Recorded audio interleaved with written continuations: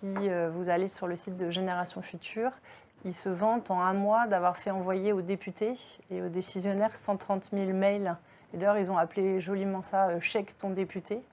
Bon, ce qui est certes quelque chose qui est un peu particulier. Sur le sujet des polluants éternels, qui certes est extrêmement important, on a cette PPL qui a suscité beaucoup de débats.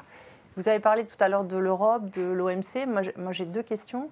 Et vous parliez d'herbivores au pays des carnivores. Comment, quand on impose à un pays comme la France, et peut-être après au niveau européen, mais ça l'avenir nous le dira, une réglementation sur les PFAS notamment, comment on garantit aux frontières de l'Europe ou de la France que le texte et les règles du jeu qu'on a imposées à des industriels qui produisent en France ou en Europe. Vous avez 17 sites.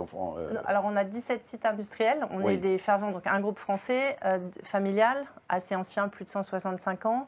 17 sites. On en a racheté dans les 5 dernières années quasiment 7. 3 entreprises du patrimoine vivant. Donc, on veut foncièrement croire encore au Made in France. Donc Rampouze, les célèbres les grandes Billig, crêpières bretonnes.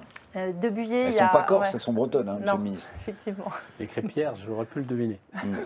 On a des marques, effectivement, comme De Buyer, dont certaines Sabatier qui ont plus de 500 ans. Donc, on est vraiment, normalement, ancré en France et là pour longtemps. Mais on a des vraies questions. Mais je pense qu'on n'est pas les seuls. Comment on s'assure que les produits qui rentrent, finalement, je ne sais pas, des poêles, des trucs, des casseroles. Pas forcément l'appareil de petit électroménager, on le voit pour les jouets, on le voit pour les vêtements. Je pense que dans la salle, il y a d'autres gens qui sont aussi concernés. On impose des règles du jeu qui peuvent être particulièrement, on va dire, strictes. Pourquoi pas?